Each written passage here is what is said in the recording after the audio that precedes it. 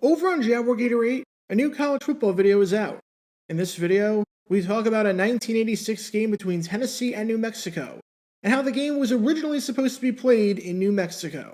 Click the card in the upper right corner to watch. And now, on with our feature presentation. When you think of any playoff scenario where you're fighting for your playoff life, what comes to mind in terms of where you're thinking about being seeded? Odds are, it's somewhere in that lower range, whether it's the number 4 seed for the division crown, or a wild card of some kind. As an example, let's take the Jaguars-Titans game from this season in Week 18, which was, in essence, win and in, lose and go home. Both the Jaguars and Titans were fighting for the number 4 seed, as in, the lowest seeded division winner. You weren't seeing these teams fighting for the number 1 seed or the number 2 seed. That would just be bizarre to have a scenario where if you win, you get home field advantage throughout the playoffs and a first round bye. And if you lose, you're watching the playoffs at home. It would require some bizarre scenarios, some crazy tiebreakers deep in the standings, and a ton of teams in the conference who are so tightly packed with each other that the top half of the conference looks like a 100-meter dash, with everyone finishing within thousandths of seconds of each other. Which is what makes this scenario all the more bizarre. Because in 2002, the Miami Dolphins, entering the final week of the season, had a scenario that I'm not sure we're ever going to see again, and a scenario that has never happened before in the 4-division era, except for this one time. Entering the final week of the 2002 season, the Dolphins, if they lost their final game of the season to the New England Patriots, could have been eliminated from the playoffs. And yet, entering the final week of the season, the Dolphins, if they won their final game, could have gotten the number 1 seed, could have gotten home field advantage, and could have had the entire playoffs running through Pro Player Stadium. Entering the final week, a win might get you home field advantage, and a loss might eliminate you entirely. As crazy as it sounds, that's exactly what happened down in Miami. And this is the story behind one of the strangest playoff scenarios you're ever going to see. Before I talk about the scenario in question, we need some context to understand how the Dolphins were doing entering this game, as well as how the AFC was looking to the point where a scenario like this was even possible. Oddly enough, this is not the first time I've done a video on the 2002 Dolphins, as I talked about how sports psychologist Kevin Elko, who was employed by the Dolphins, helped the Bills defeat the Dolphins while he was still employed by Miami, essentially being a Benedict Arnold type character. You can learn more about that by clicking the card in the upper right corner. However, in 2002, while I wouldn't necessarily call the Dolphins a good team, as they were incredibly inconsistent and frustrating to watch at times, they had moments where they looked like one of the better teams in the conference. Sure, things kind of fell off a bit after their incredible 5-1 start, but there was a lot to love about this team. One of those things was the incredible play of running back Ricky Williams, who was an absolute stud in his first season with the Dolphins. He made the first Pro Bowl of his career, was named a first-team All-Pro for the first and only time in his career, and ended the year with 1,853 rushing yards, which led the entire NFL. You also had an exceptional defense, led by future Hall of Famer Jason Taylor on the defensive line, who led the league with 18.5 sacks, and only finished behind Tampa Bay Buccaneers linebacker Derrick Brooks for Defensive Player of the Year. Miami had a whopping 6 Pro Bowlers on their defense alone, and 3 first-team All-Pros, as alongside Taylor, you had linebacker Zach Thomas and cornerback Patrick Surtain. Through the first 15 weeks of the season, Miami was sitting pretty. They were atop the AFC East with a 9-5 record, 1 game ahead of the New England Patriots. They were tied for the best record in the conference alongside 3 other teams, and they had the number 1 defense in the AFC, having allowed just a hair over 18 points per game. Now, the job was not done by any means. You still had 2 games left, you still had a minimal cushion to play with, seeing as 7 teams in the AFC had at least 8 wins by this point, and only 6 teams in each conference made the playoffs. And your final 2 games are on the road, where you're 2-4 and have lost your last 3 by a combined score of 75-41. And head coach Dave Wannstedt wanted to remind his team that they couldn't be complacent and fall into a trap. However, He did this in just about the weirdest way possible, as he decided that it was a good idea to hang a lobster trap from the ceiling in the locker room to get the point across. As one stat said, it's just a little reminder that 9 wins doesn't guarantee us anything. We know that, but I think just having something in there that's somewhat symbolic. Hopefully, it's a reminder to make sure we take nothing for granted. We do the little things in our preparation, and we focus all week long like we did last week. Interesting idea, but horrible execution, seeing as quite a few players on the Dolphins had no idea what a lobster trap was or even looked like. As one stat said, Patrick Surtain was the first guy in, and I asked him, "What do you think?" And he said, "Where'd you get that bird's nest, coach?" However, as bizarre as the execution of the message was, the point still stood. Do what you're supposed to do, and beat the Minnesota Vikings, a team that was 4-10 and had lost 5 of 7 and had nothing but pride to play for. And you'll win the AFC East. Literally, that's all Miami had to do to win the division, considering the fact that New England would lose that week. Just beat the 4-10 Vikings. It can't be that hard, right? Spoiler alert, it was very hard. Chris Carter's reunion against his old team did not go according to plan, as he had just 1 catch for 15 yards, and lashed out at the coaching staff afterwards, saying, "It is frustrating when you diagram a game plan and expect it to go a certain way. I've been playing long enough to know it can go a different way, but you just want to help any way you can. You can only do so much on the sideline. I expected to play a lot more. It didn't work out that way." As a side note, if you want to learn more about how Carter joined the Dolphins, you can do so by clicking the card in the upper right corner. Combine that with his drop in the fourth quarter that would have given Miami the lead, and a defense that completely collapsed in the second half, and you got a stunning upset win by Minnesota, as the Vikings won 20-17. Seriously, whatever the Vikings did offensively in the second half worked, as they had 3 drives, and those drives ended in 2 touchdowns and a game-winning 53-yard field goal by Gary Anderson, along with going 6 for 8 on third down.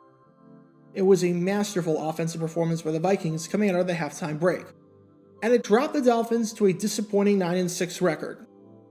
And that's where things get really, really bizarre. The bad news for the Dolphins was that they didn't clinch the division, and they could be mathematically eliminated from the playoffs in Week 17, which would be an absolute gut punch considering the talent on the team, especially defensively, their 5-1 start, and how easy the path seemingly seemed to end the year. However, the good news was that not only was making the playoffs still very much doable and attainable, but not only could they win the division, but they could clinch home field advantage. In the simplest terms, if the Dolphins won their game against the Patriots, then they would win the AFC East and would be declared the division champions for the second time in the last 3 years. But there were scenarios where the Dolphins could win home field, get a first-round bye, get a wild card, be eliminated, host a playoff game, you name it, there was a scenario. Because entering the final week of the season, quite literally, there was a scenario for every possible seed. The Dolphins could have been the 1, 2, 3, 4, 5, or 6, or nothing, all in a matter of 1 week. How is that even possible? Before I break down what had to happen for the 2 scenarios that we really care about for the purposes of how bizarre this is, because I would be here for 45 minutes if I had to break down every single scenario, look at how tightly packed the AFC was with 1 game to go. It's funny, because the NFC was a relative snooze fest. Every division was decided entering the final week, and you only had 7 teams fighting for 6 spots. But in the AFC, that was a completely different story. You had an incredible 11 teams, all sitting between 8 to 10 wins. Combine that with the 7-8 Baltimore Ravens, who were still somehow mathematically alive, and 75% of the AFC was still alive in the playoff hunt entering the final week. If you had a pulse, you were playing for something. Long story short, nothing was separating these teams from each other whatsoever. And when you have a scenario like that, where there's no separation whatsoever between all the competitors, it can lead to some truly bizarre situations, like what we're about to see with the Miami Dolphins. Again, I'm not going to break down every single seed that they could get, because for the purposes of this story and why you clicked on this video, we care about the fact that a win could get them the number 1 seed and a loss would eliminate them, which seems insane because again, imagine if the Jaguars got home field advantage instead of the number 4 seed for winning their Week 18 game this season against the Titans. While if they lost, they would have been out of the playoffs. Also keep in mind that none of these scenarios whatsoever involve ties, so they are very much attainable. When it came to the number 1 seed, 4 things had to happen for Miami to even have a shot. Number 1, the Dolphins, sitting at 9-6, would have to defeat the New England Patriots and improve to 10-6. That seems pretty obvious, seeing as they couldn't even win the division without winning this game. Number 2, the Oakland Raiders, sitting at 10-5, would have to lose to the Kansas City Chiefs. Honestly, that's not unrealistic. The Chiefs were 8-7, won the earlier matchup between the two teams back in Week 8 by a final score of 20-10, and the Chiefs had the number 1 offense in football and had won 3 of their last 4. In fact, over Kansas City's last 5 games before this game against the Raiders, they had scored 178 points, or over 35.6 points per game. Number 3, the Tennessee Titans, sitting at 10-5, would have to lose to the Houston Texans. That was definitely going to be a tall order for the expansion Texans to beat the Titans, and there's no denying that. However, the first meeting between the teams in Nashville was only a 7-point game, and the Texans were driving near midfield late. So while it's definitely unlikely, it's not impossible any given Sunday. And number 4, the Pittsburgh Steelers, sitting at 9-5-1, would have to lose to the Baltimore Ravens. Tough thing to ask for in 2002, but Steelers-Ravens games are always tough and hard fought, and the Ravens have won 4 of their last 7, so it's not impossible. If all 4 of those things happen, then the Dolphins, Raiders, and Titans would be in a 3-way tie at 10-6 for the number 1 seed in the AFC. How are we breaking that tie? Well, we'd start with conference record, but all 3 teams would be 8-4, so that doesn't work. That means we move to common games, which is what your winning percentage is in games where you're playing the same opponent. However, that only applies if you have a sample size of 4 to choose from. And here, the only team that all 3 have played was the New England Patriots, so that tiebreaker doesn't apply. Which means the next tiebreaker is strength of victory, or what your winning percentage is against teams that you beat. And for this, when I say there are a ton of permutations that could have happened, I truly mean it. To the point where not one publication, nor the NFL themselves in their official playoff scenario breakdown, listed the ways that the Dolphins could win this tiebreaker. However, while there are way too many ways to count, and it's not clear cut and dry like it was in 2006 with the Green Bay Packers, where you knew exactly what they had to do in order to get that tiebreaker over the New York Giants, which you can learn more about by clicking the card in the upper right corner, it was an extremely real possibility. So that's how they could get the number 1 seed. On the flip side, there was the doomsday scenario, as in Miami missing the playoffs entirely. A Miami loss to New England at 1 o'clock, plus the New York Jets beating the Green Bay Packers at 4 o'clock, and the Dolphins, after a 5-1 start and after having the playoffs in their reach the entire time, are officially out. But there was no way that this was going to happen, right? The Dolphins defeated the Patriots quite easily in their meeting earlier in the season, when they won 20-13 in Week 5 and held onto the ball for 40 minutes. And in this game, the Dolphins had a 24-13 lead with 3 minutes left.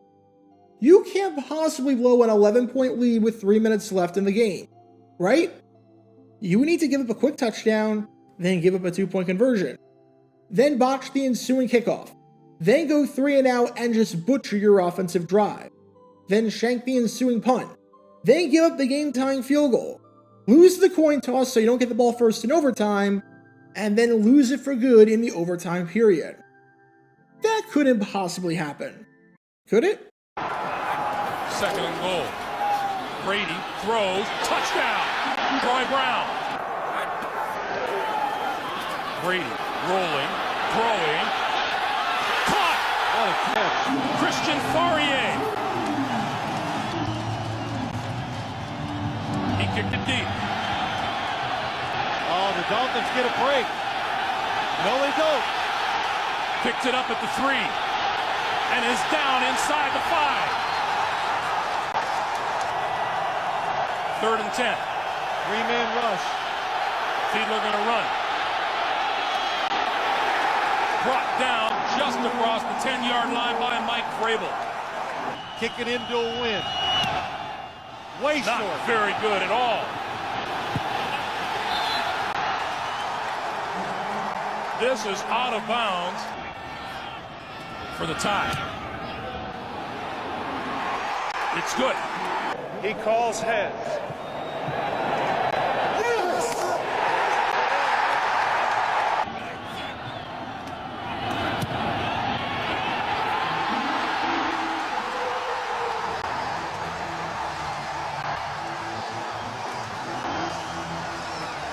Remember what year this is.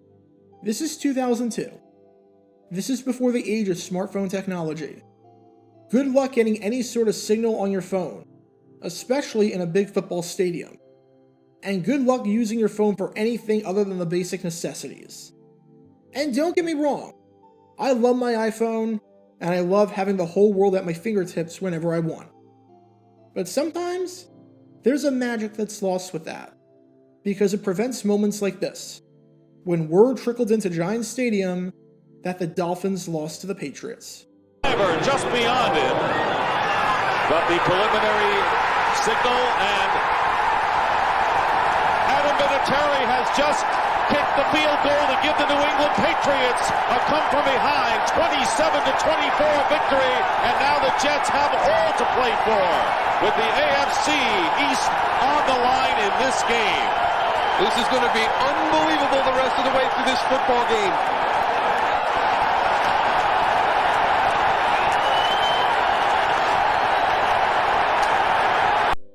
One of the greatest and loudest moments in Jets history, and just about the only time ever that they were rooting for the Patriots.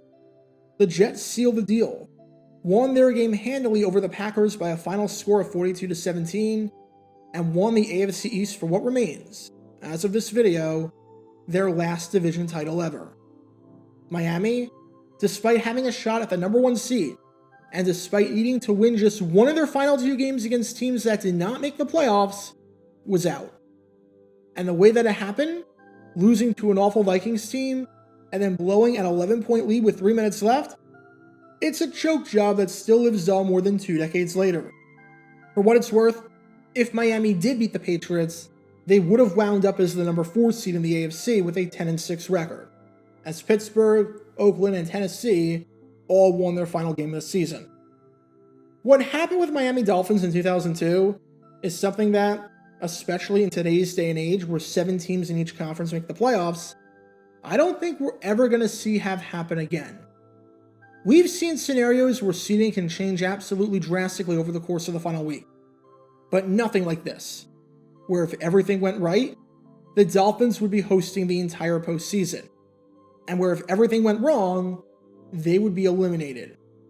The final day of the season truly encompasses the highest of highs and the lowest of lows. And Miami got to experience all of those emotions on this day, thanks to one of the strangest playoff scenarios that we are ever going to see unfold in our lifetime. Get your official Jaguar Gator 9 merchandise by going to jg9shop.com, and be sure to like this video, ring the notification bell, and subscribe down below if you haven't already, as it helps the channel out a lot. And be sure to check out Twitch every Wednesday night at 9 p.m. Eastern for your chance to play NFL Trivia and win cash prizes. Link in the description below. If you want to see videos like this condensed down to 60 seconds, then follow me on TikTok at JaguarGator9. To see college football videos, subscribe to JaguarGator8. To see highlight videos of players throughout the history of the NFL, subscribe to JG9 Highlights. Also, special thanks to all of our Patreon supporters for helping out the channel. Your support is greatly appreciated. So you can become a patron and request future video topics in the description below.